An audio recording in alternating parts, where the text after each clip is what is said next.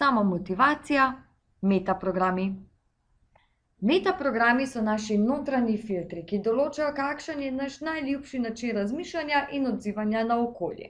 Zaznamujejo naše zunanje in čustvene odzive, naše hotenja, mentalne procese, način obravnave konceptov, kot na primer sta čas ali samopodoba. Stališče uporabnosti za motiviranje si bomo mi pogledali tokrat 2 metaprograma, čeprav jih obstaja več kot 60. Prvi pomembni metaprogram je motivacijska smer. V praksi rečemo proti stran od oziroma usmerjenost k cilju in stran od problema. Če imamo metaprogram proti usmerjenost k cilju, smo pozorni na pozitivne učinke doseganja oziroma uresničevanja cilja. Osebe, ki so motivirane k cilju, motiviramo na ta način, da predstavimo prednosti doseganja določenega cilja. Take osebe se med drugim nerade pogovarjajo o negativnih temah in zelo nerade poslušajo slabe govorice. Njihove značilne povedi so usmerjene k doseganju cilja, se pravi, moram biti pozoren pri peki, da bodo moji piškoti najboljši. Tukaj je cilj imeti najboljše piškote. Moramo biti prvi na trgu, ker bomo tako občutno povečali promet. Cilj tukaj je dvig prometa. Če pa imamo motivacijski metaprogram stran od problema, imamo pred seboj osebo, ki želi doseči svoje cilje zato, da bi se izognila nekaterim situacijam oziroma problemom. Te ljudi bomo aktivirali na ta način, da jim bomo povedali, kakšnim problemom se bodo izognili, če se lotijo dela in svoj cilj dosežejo.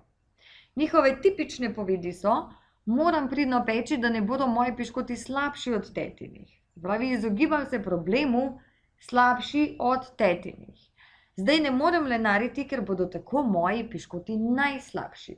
Ne želim, da so moji piškoti najslabši, je tisti problem, ki se mu želim izogniti. Moramo biti prvi na trgu, ker se bomo tako izognili padcu prometa, oziroma ne smemo si dovoliti, da smo drugi na trgu, ker nam bo tako padel promet. Zelo jasno, stran od problemov oziroma situacij, ki so za nas neugodne. Ko želimo prepoznati, kateri metaprogram ima oseba poleg nas, ali pa kateri metaprogram imamo mi sami, se vprašamo, kaj pričakujem od dobrega izdelka, od dobre storitve, dopusta in tako dalje. Katere lastnosti mora imeti izdelek, aktivnost, dopust? Kakšen izdelek, storitev, dopust si želim? Dodatna vprašanja so še, kaj s tem pridobim in zakaj mi je to pomembno. Osebe, ki so usmerjene k cilju, bodo navajale pozitivne vidike, medtem ko bodo osebe, ki so usmerjene stran od problema, zagovarjale negativne vidike, ki se jim želimo izogniti. Ko se želimo motivirati, če se bomo motivirali na napačen način, se pravi, če ste vi po naravi usmerjeni k cilju, želite pa se motivirati z motivacijsko smerjo stran od problema, vam to ne bo uspelo, zato ker osebe, ki so usmerjene k cilju, motivacijo stran od problema dojemajo kot grožnjo.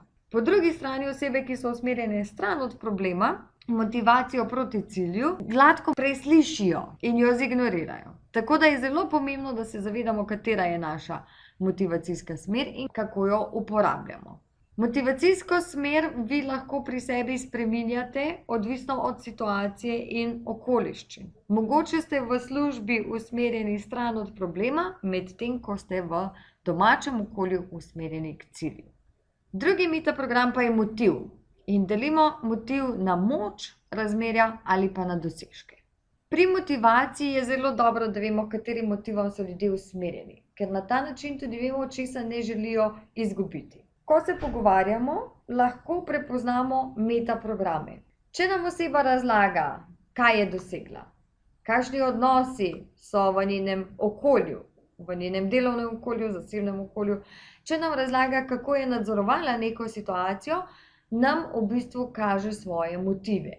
Tudi drugi način, kako prepoznavamo metaprogram moč, razmerja, dosežki, je, da opazujemo nekega neznanca pri eni aktivnosti in našega sogovornika vprašamo, kaj misli, da ta neznanec poskuša doseči. In boste videli, da bo oseba ponovno ali razlagala o dosežkih, ali bo razlagala o razmerjih, ali pa bo razlagala o kontroli, o moči. Če si podrobneje pogledamo metaprogram moč, vidimo, da ima oseba moči potrebo po pridobivanju in vzdrževanju moči. Želi kontrolirati svoje okolje in vplivati na ljudi ter jih voditi. Vse medčloveške odnose ali pa večino medčloveških odnosov vidi kot boj za moč in prevlado. Zanje je ključnega pomena dominiranje in podrejanje. Motivirani so k dominiranju, k moči in nasprotujejo vsemu, kar ogroža njihovo moč in vpliv. Metaprogram razmerja. Osebe razmerij imajo potrebo po prijateljskih odnosih. Ti so zasnovani na medsebojnem razumevanju. To je zato, ker so jim odnosi z drugimi ljudmi zelo pomembni in njihovo osnovno merilo pri stikih z ljudmi je, ali imam nekoga rad ali ne, ali mi je nekdo všeč ali ne. Vse medčloveške stike ocenjujejo po tem, ali ustvarjajo ali uničujejo pozitivne odnose. Motivirani so k ustvarjanju dobrih odnosov in se izogibajo oziroma nasprotujejo vsem, ki ogrožajo pozitivne odnose. Zadnji metaprogram dosežki. Oseba, ki ima metaprogram dosežki, ima močno potrebo po doseganju in uresničevanju ciljev. Nagnjena je k konstantnemu izboljševanju tega, kar počne, glavni faktor v njenem življenju je uspeh. Ta oseba je ciljno orientirana in si postavlja izzivalne, čeprav še vedno dosegljive cilje. Svoj uspeh si bo zagotovila skozi načrtovanje, odločnost in seveda sposobnost postavljanja prioritet. Motivirata jo uspeh in doseganje ciljev. In vedno gre stran od vsega, kar njen uspeh omejuje.